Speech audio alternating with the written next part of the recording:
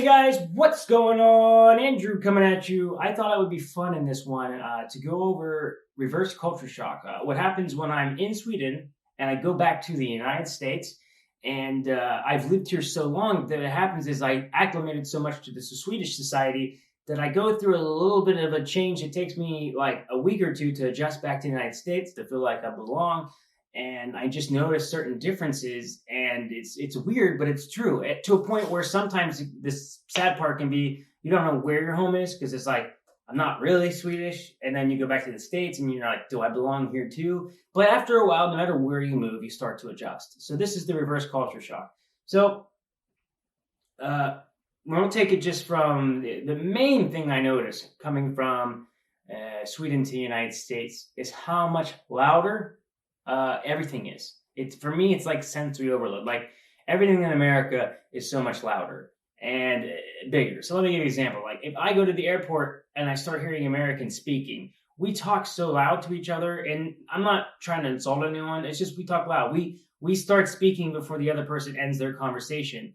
But when you're American, you don't notice that we're talking loud at all. You just don't notice it. But if you've lived in Sweden, Sweden is such a quiet country. I mean, I swear you could walk through a small town in the States, and if people are walking on the road talking, it's going to be louder than what you're going to hear in many places in Stockholm, just because of how we communicate, how we talk. And that one is really big for me because I hear all the sound, I hear all the people talking, that it's so much louder than what I normally hear, like in Sweden, that I kind of get stressed. I get stressed a little bit the first couple of days. I feel a little. I went to to get my iPhone repaired when I first went back to the States. It was my second day back in the United States, and I went into an Apple store. And if you ever seen like the Apple store, it's like there's a ton of people in there, and they're all looking at products. There must have been 30, 40 people in there talking at the same time. And I about damn near had a panic attack because I couldn't like do what I needed to do. It was so much sound. But then, by the end of like a week or two, I've adjusted. My ears have adjusted, and I don't get stressed hearing the loudness anymore. But it's something really interesting that does happen to me. The other thing I noticed is like dress, like especially at the airport and stuff, people wear really casual clothes and things I wouldn't necessarily see in Europe all the time. But honestly, that one doesn't bother me, but it's not something I noticed before, right? So when I'm not saying I'm the greatest dresser in the whole wide world, but I probably dress a little bit better than I would normally just from being in Europe. I maybe take care of myself a little bit more. Another culture shock thing I kind of go through is how big portions and stuff are. I never really noticed that before. And then when I go back to the States and you go to a grocery store like a Walmart or something, you can't get like a small amount of stuff. Like my girlfriend got, she needed cocoa butter, I believe.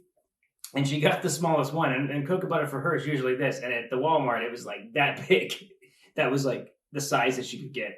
And just the portions and everything. So like the toilet paper is bigger, the paper towels are bigger, the portions are bigger. That I still like that from time to time when I go back. It's nice to get that everything's cheaper and bigger.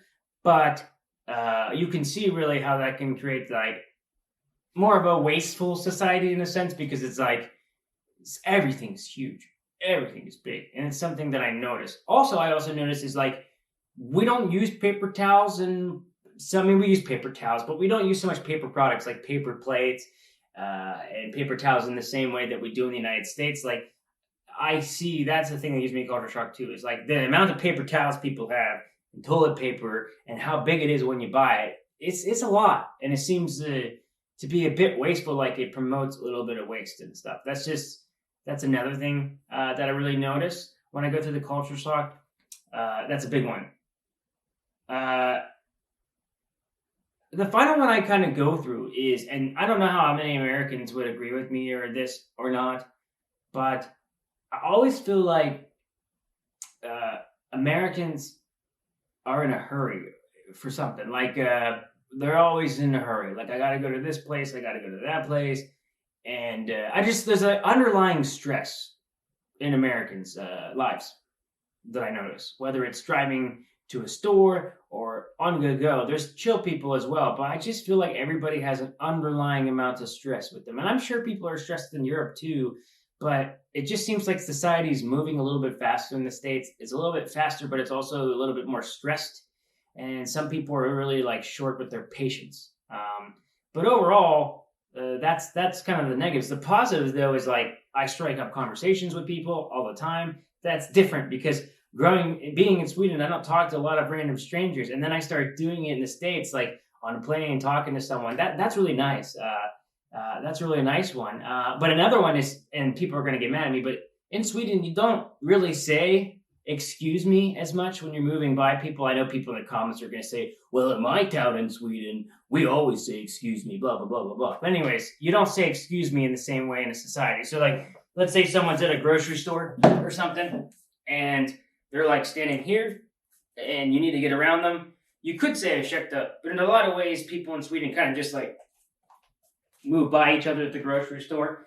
And it's weird because in the US, I always say excuse me, but I'll find myself a few times in the United States not saying excuse me and sneaking by people, which is kind of funny. I will adjust by the end of the week. I will say like, oh, excuse me. But for that moment, I'm like a little weary about it and doing what I do in Sweden, which is interesting. So it's really fun how your perspective changes when you move to another country. It's a really pleasant experience. Reverse culture shock is nuts. It's one of these things I never thought I would experience, and now every time I go home, I experience it. The good news is it took me like years to adjust to Sweden. It only takes maybe a week or two to just fully acclimate back to how the United States works and how it is. So if you do experience it, you will like recover real quick and adjust. But it's really cool that you go through that, I think. It's just fun how you change, and you are how you are as a person, even though you're an individual, really also still matters about the society that you live in and the rules of that society. That still ingrains with who you are and how you act with others, which I just think is kind of fascinating. All right, guys, ladies and gentlemen of the jury, I'll see you guys in the next video. Peace. Hej då.